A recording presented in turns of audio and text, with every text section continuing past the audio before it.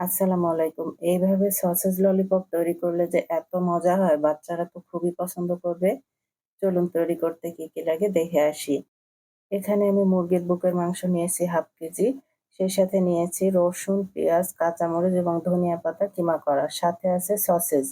এবার এখানে মসলার জন্য নিচ্ছি ফিশ সস, বারবিকিউ সস, লবণ, শুকনা মরিচের গুঁড়া এবং ২ টি আলু ম্যাশ করা। এবার প্রত্যেকটা উপকরণ খুব সুন্দর মতো একসাথে মিশিয়ে নিতে হবে।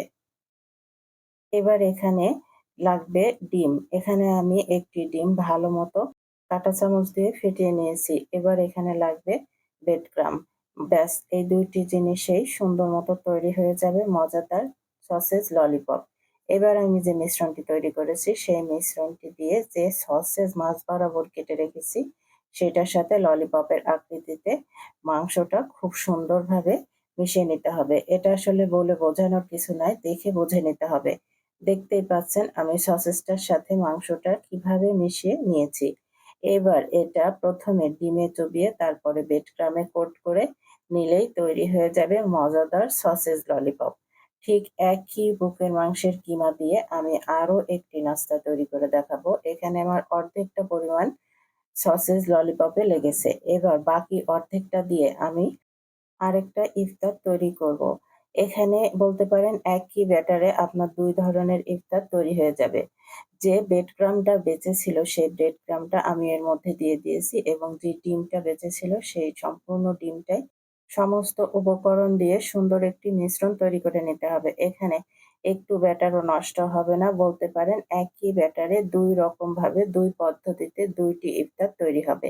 এবার যে মিশ্রণটা আমি তৈরি করলাম, মিশ্রণটা হাতের সাহায্যে একটু গোল আকৃতি দিয়ে মাঝ বরাবর একটি চিজের টুকরা বসিয়ে দিতে হবে। বাচ্চারা এই চিজ বলটা যে এত বেশি পছন্দ করে, এটা আপনারা আপনাদের ইচ্ছামতো অনুযায়ী তৈরি করে নিতে পারেন। আপনারা শেপটা আপনাদের ইচ্ছামতো দিবেন।